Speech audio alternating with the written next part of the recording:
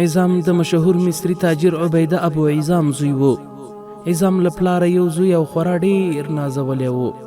پلار یې روزنې ته ځانګړې پاملرنه کوله. عظام داسې هلک و چې تود باد هم نه و لیدلی. ښوونځي ته د تګ پر مهال به 2 ساعتونکي هم ورسره وه. د ښوونځي استادانو هم د عظام د پلار له کبله د ډېر قدر کاوه. سربیره پر دې چې عظام ډېر نازک طبیعته او نازولی هلک و، لایقه هم و. هغه لا 10 کلن نه و چې له کتاب او مطالعې سره یې ډېره مینه لرله.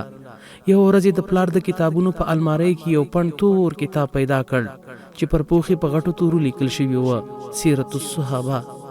عظام کتاب له ځان سره د خوب خونې ته راوړ او د شپې مهالې د کتاب مطالعه پیل کړه. عظام چې کله د صحابه کرامو کیسې لولي، کتاب نور هم خوند ورکوي. یوه کیسه ورته تر بلې خوږه او جالبه ښکارېده. عظام لا د همدې کتاب په مطالعه بوخت و چې د سهار اذانونه وشول. عظام چې اذانونه واورېدل، سمدستي کتاب بند کړ او سر یې پر بړستن دننه کړ او ځان یې خوب ته آمده کړ. خو عظام ته بیخي خوب نه ورته او فکر کې یې د صحابه کرامو د غزاګانو کیسې راګرځېدلې. په دماغو کې به یې د صحابهو د اسونو او تورو تصویرونه جوړېدل. کله کله به له ځان سره مسکی شو چې ابوجهل ډېر عجیبه وواژه، معاذ به زما غوندې و.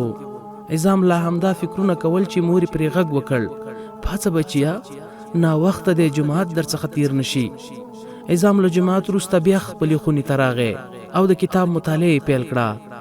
مور یې فکر وکړ چې عظام له لمانځه وروسته ویده شوی دی. غږ یې پرې وکړ: شه بچیه، پورته ښوونځي ته د تلو وخت دی. ژر ناشته وکړه چې ساتونکي د انتظار دي او ښوونځي ته دې بوځي. عظام له خونې راووته، مخ او لاسونه یې ووینځل، خوراک یې شروع کړ. د خوړو پر مهال عظام د صحابه کرامو کیسې په فکر کې ګرځېدلې.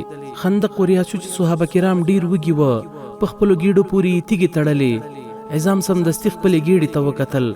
عظام بیا مسکی شو، له ځان سره یې وویل: نه، زه باید لا اوس زیاته ډوډۍ ونه خورم تر څو له لوږې سره عادت شم. هغوی څنګه وږي ګرځېدل؟ عظام له لږ خوراک وروسته له خوړو پورته شو. مور یې ترې وپوښتل: بچیه، ولې دې لږ خوراک وکړ؟ ځان سم موړ کړه، تر 1 بجې ښوونځي کې هلته وږی کېږي. عظام خپلې سترګې د مور لورې واړولې. مورې، دا نو څه لوږه ده؟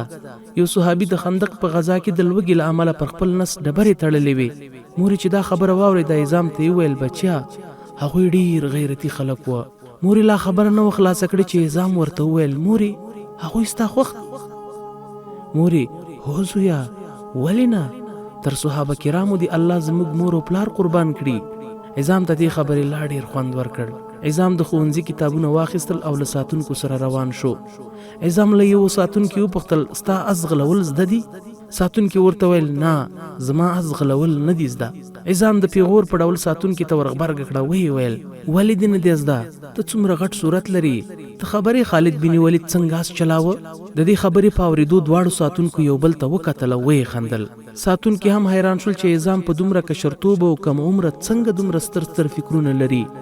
عظام چې ښوونځي ته ورسېد، د سیرت الصحابه کیسې یې خپلو ټولګیوالو ته وکړې. هغوی هم غوږ ورته نیولی و.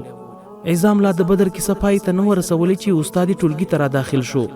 خو نن د عظام فکر د پخوا په څیر په درس کې نه، بلکې ټول فکر یې هغه کتاب کې و چې د شپې مهال یې لوستی و او انتظار یې کاوه چې کله به ماښام شي تر څو یو ځل بیا له هغه کتاب سره یو ځای شي.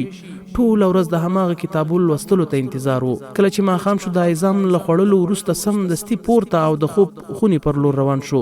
تور کتاب یې راواخیست، لومړی یې مچ کړ او بیا یې په لوستلو پیل وکړ. عظام د دې کتاب داسې معتاد شو لکه څنګه چې په دې زمانه کې ډیموکراټان د هند سیریالونو معتاد دي. د دې کتاب له مطالعې وروسته عظام یو اسلام پال شو. له دې سره څو تنه نور ټولګیوال چې د به د سیرت صحابه کیسې ورته کولې، اسلام پال او په جهاد فکر سنبال شول. عظام چې کله ښوونځی خلاص کړ، د مصر هیواد د الازهر پوهنتون د شریعتو پوهنځی انتخاب کړ. عظام د کلک عزم څښتن، اسلام پال او د جهادي فکر لرونکی زلمی و. په ټولګي کې له عظام سره د شریعتو پوهنځي د استاد لور عایشه هم وه.